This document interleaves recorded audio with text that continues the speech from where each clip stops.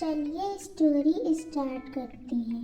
अरे मेरे लड्डू भगवान, मैं परसों ही तुम्हारे पास आकर 1 किलो मोतीचूर के लड्डू और शुद्ध देसी घी से बने पेड़े चढ़ाऊंगी।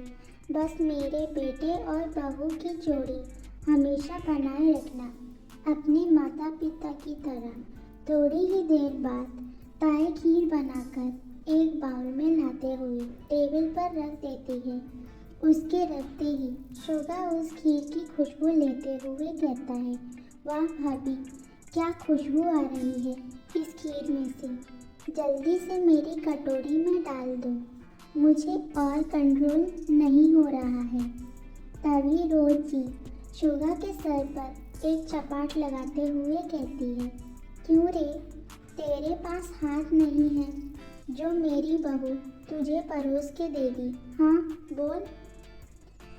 क्या यार माँ, मुझे इतनी तमन्ना थी कि एक मेरी प्यारी सी भाभी होती, मैं उनके साथ रोज रोज मस्ती किया करता, फिर वह मुझे अपने हाथों के बना हुआ खाना खिलाती। पर आप तो मेरी सारी तमन्ना पर पानी फेरने में लगे हो।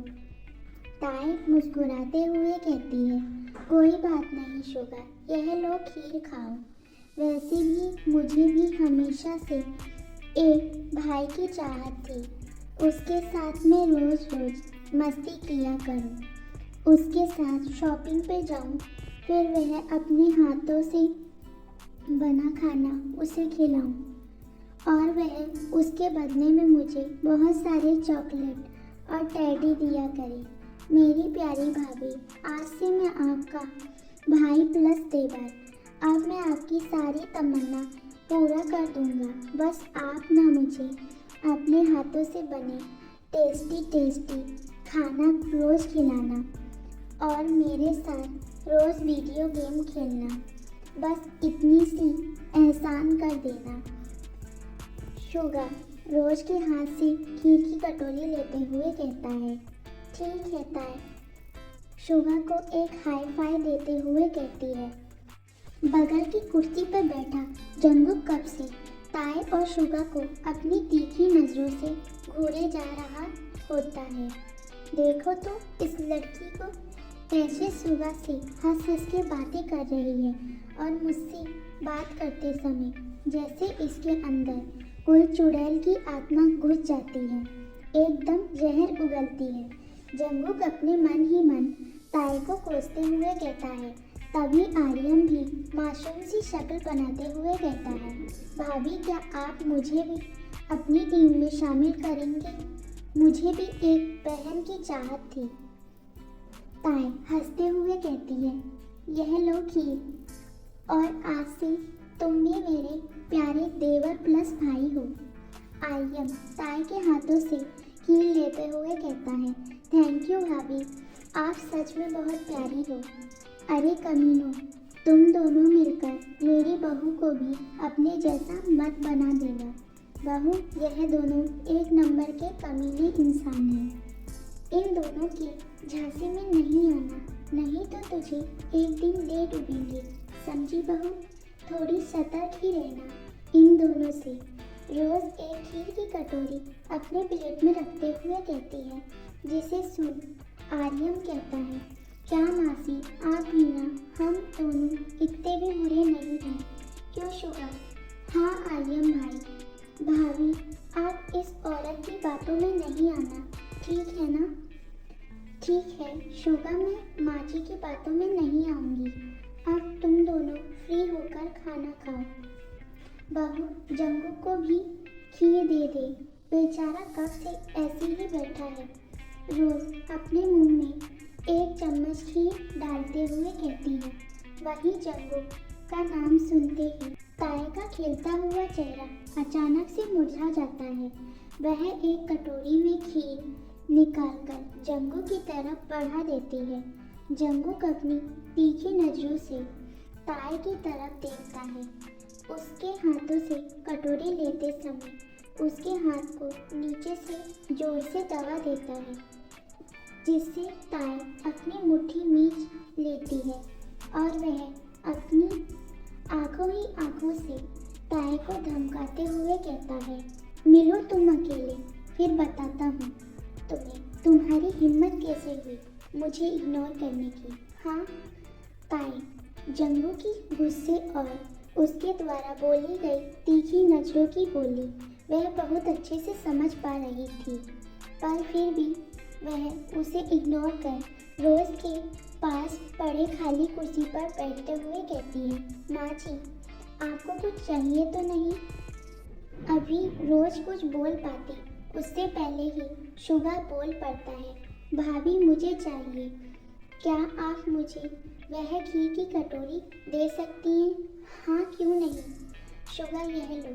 ताए खीर की कटोरी शुगा को देते हुए कहती है। वहीं जंगू अंदर ही अंदर बहुत जेलस फील कर रहा होता है। वह गुस्से से शुगा की तरफ देखते हुए कहता है, और कितना ठूसना है तुझे, आज से पहले तुझे इतनी भूख तो नहीं लग रही थी, पर आज तो जैसे तेरे अंदर कुंभकर्ण की आत्मा प्रवेश कर गई हो। अब और कुछ खाने के लिए मांगा तो तेरी खैर नहीं, जो भी तूने अभी तक खाया पिया है वह सब निकाल दूंगा, समझा? और आर्यम, क्या तेरे पास कोई काम धंधा नहीं है जो तू भी मेरी वाइफ को मक्खन पे मक्खन लगाया जा रहा है? तभी शुगा जंगू की बातों को बीच से काटते हुए कहता है, अरे भाई आप इतना क्यों जल रहे हो हम दोनों से?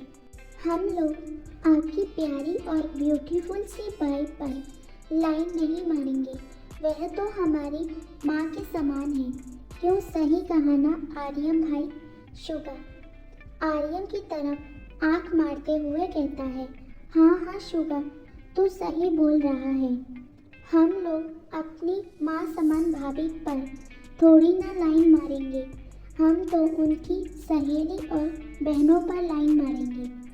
आर्यम अपना हाथ टिश्यू पेपर से पोंछते हुए कहता है, चलो बहुत हो गया तुम दोनों का, आज तुम दोनों सिंघानिया कैफे जाओगे, वहाँ अंकल की तबीयत थोड़ी खराब है, उनके अच्छे से चेकअप करवाना, उनके केयर के लिए केयरटेकर या फिर कोई नर्स काम पर लगवा देना, नहीं तो तुम दोनों की खैर नहीं।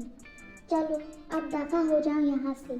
जंगूक अपनी चेयर से खड़े होकर अपने कोट को पहनते हुए कहता है, इतना जलककड़ू है ना ये जंगू, तूने देखा ना शुगा कैसे जल भून गया जब भाभी हम दोनों से हंस हंस के बातें कर रही थी। आर्यम शुगा के संग बाहर जाते हुए उसके कान में धीरे से कहता है, तभी शुगा हंसते हुए कहता है, और आर्यम भाई आपने देखा ना जब मैंने भाभी से खीर की कटोरी मांगी तो कैसे जेलस होकर मेरे ऊपर ही बरस पड़े। हाय कितना प्यारा कपल है ना दोनों का, एक जलती हुई चिंगारी तो एक ठंडी और शांत स्वभाव की परी। शुगा आर्यम से कहता है, हाँ यार तू बिल्कुल सही बोल रहा है, भाभी बहुत अच्छी है, उनके अंदर किसी भी प्रकार का कोई दिखावा नहीं है, मुझे उन दोनों की जोड़ी बहुत अच्छी लगती है, पर चल एक बार इस जलककड़ू को जलाते हैं। आर्यम पीछे मुड़ जंगू की तरफ देखते हुए शुगा से कहता है, हाँ चलो आर्यम भाई। फिर वह दोनों मेन गेट के पास पहुँच वहाँ खड़े होकर हॉल में बैठी ताई की और देखकर जोर से चिल्लाते हुए कहते हैं, bye beautiful lady, I mean beautiful bhabhi, आप अपना ख्याल रखना, हम लोग आपसे शाम को मिलते हैं, बाय बाय, टेक केयर भाभी। और दोनों ही ताई की तरफ फ्लाइंग किस उड़ा देते हैं। अभी ताई कुछ कह पाती उससे पहले ही जंगू पीछे मुड़ते हुए गुस्से से कहता है, अब एक और शब्द तुम दोनों में से किसी ने बोला तो मैं उसे अमेरिका वाले प्रोजेक्ट पर काम करने के लिए सीधे अमेरिका भेज दूंगा, समझे?